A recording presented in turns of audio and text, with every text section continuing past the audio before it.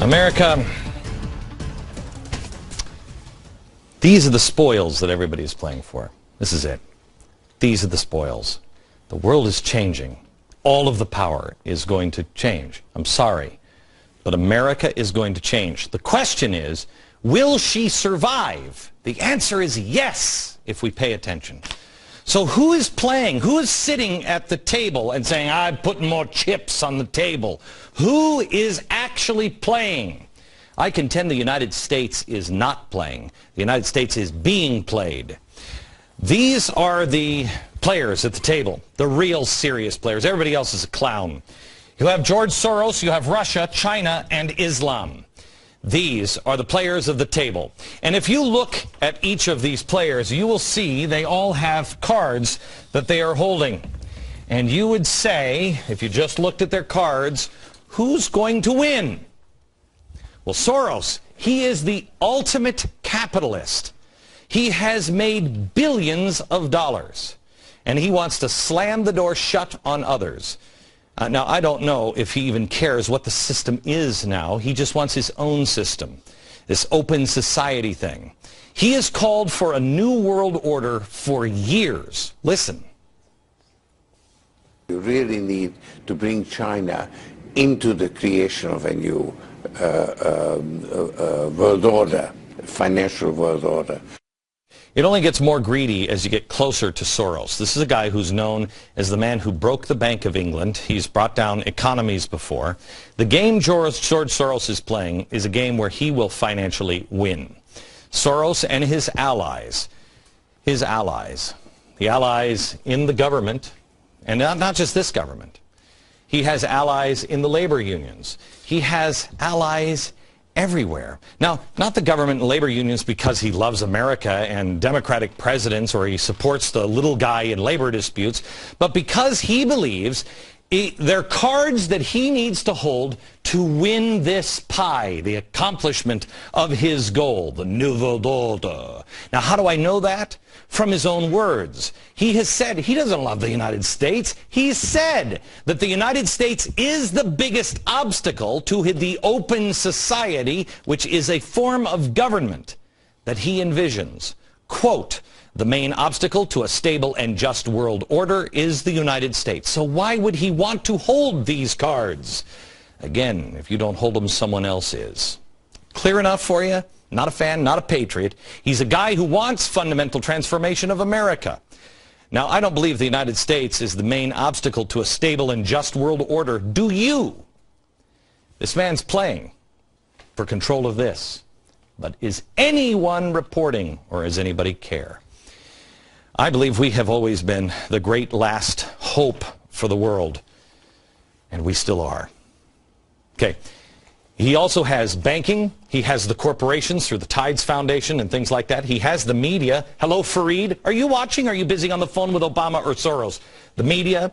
He has the radicals. He has communists who are joining with all of these groups. This man's a capitalist. Why would he have radicals? Why?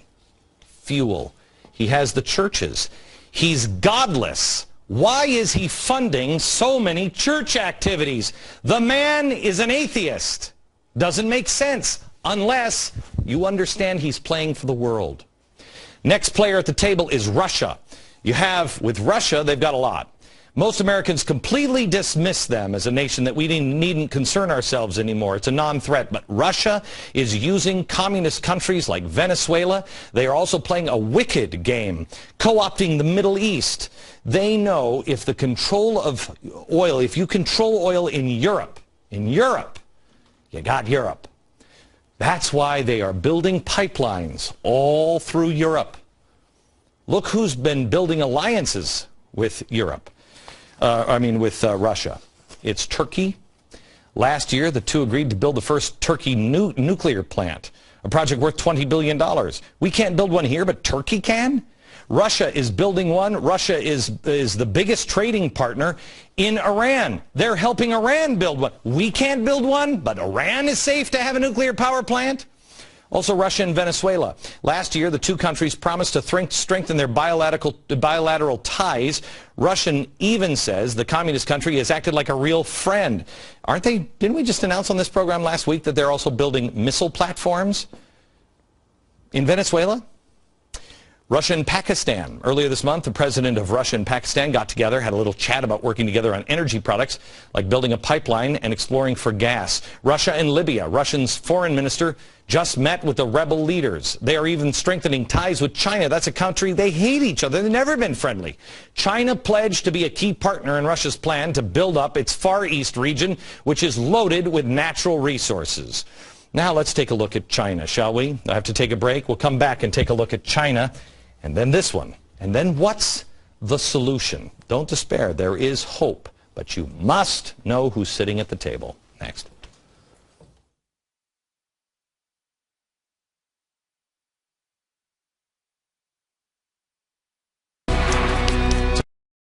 Tonight I just want to show you the world is being divvied up.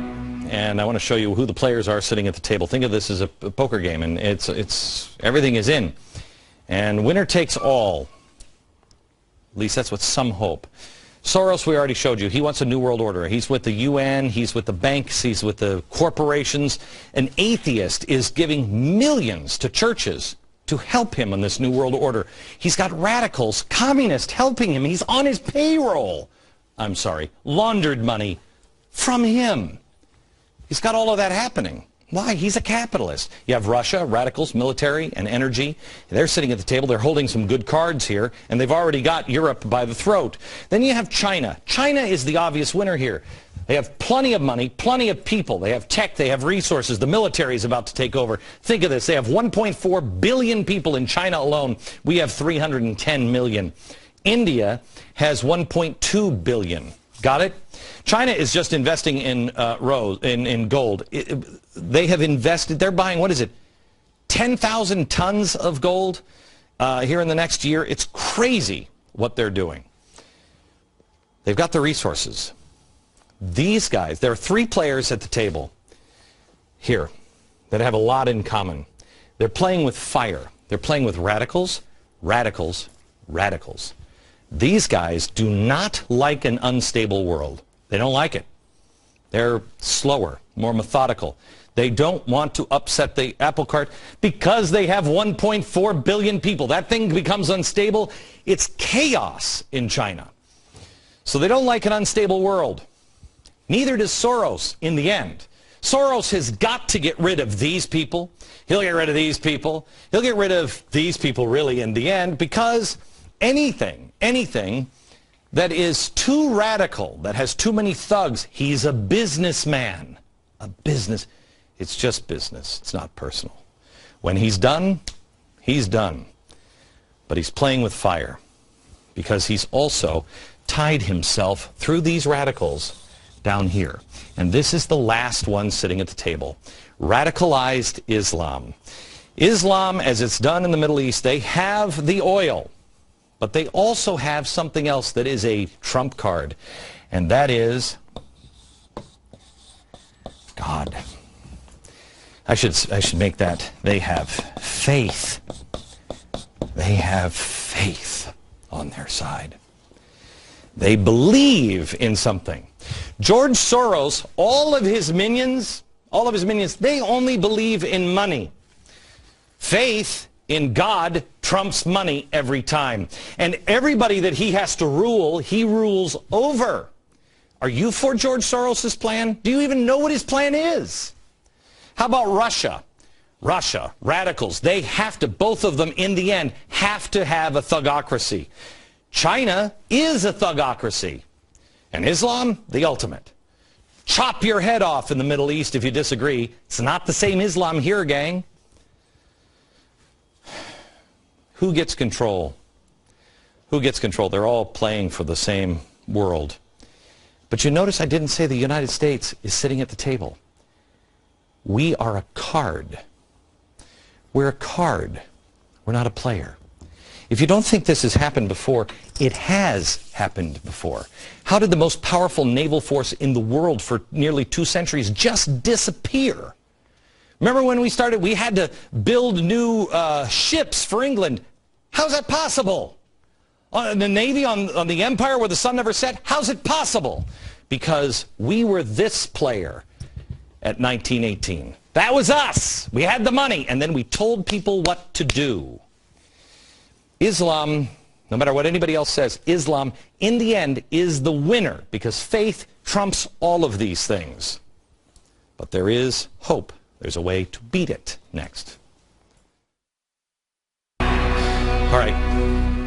Soros, Russia, China, all of these things. Islam, radicalized Islam is the winner against those guys. It is. In the end, it might take us years to get there, but it will win in the end. Why?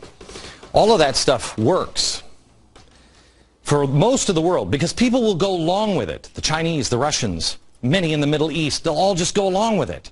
They'll just take it. Even the Europeans will, but Americans won't. Americans won't do it unless we're robbed of our spirit. That's what Cass Sunstein is attacking.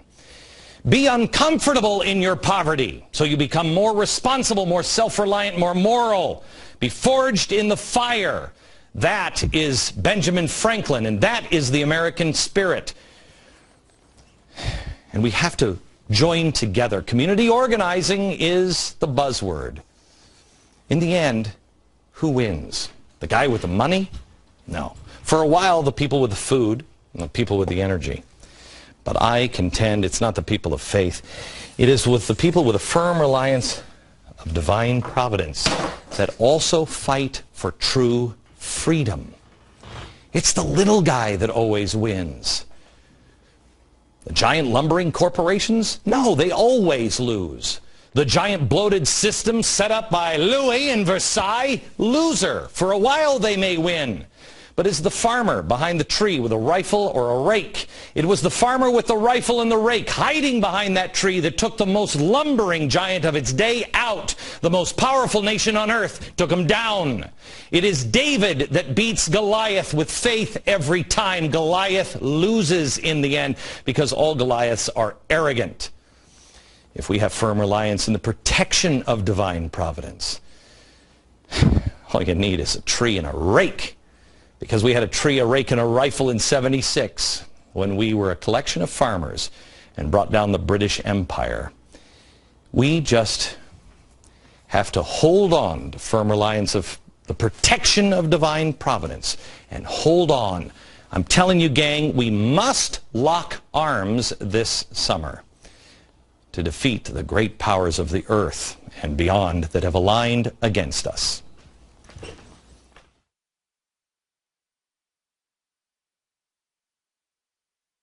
America, there might be some things that you're not following or you don't understand. I ask you to join me at glennbeck.com and try to do your own homework. Follow closely. It's your country. It's your life. It's your world. From New York, good night.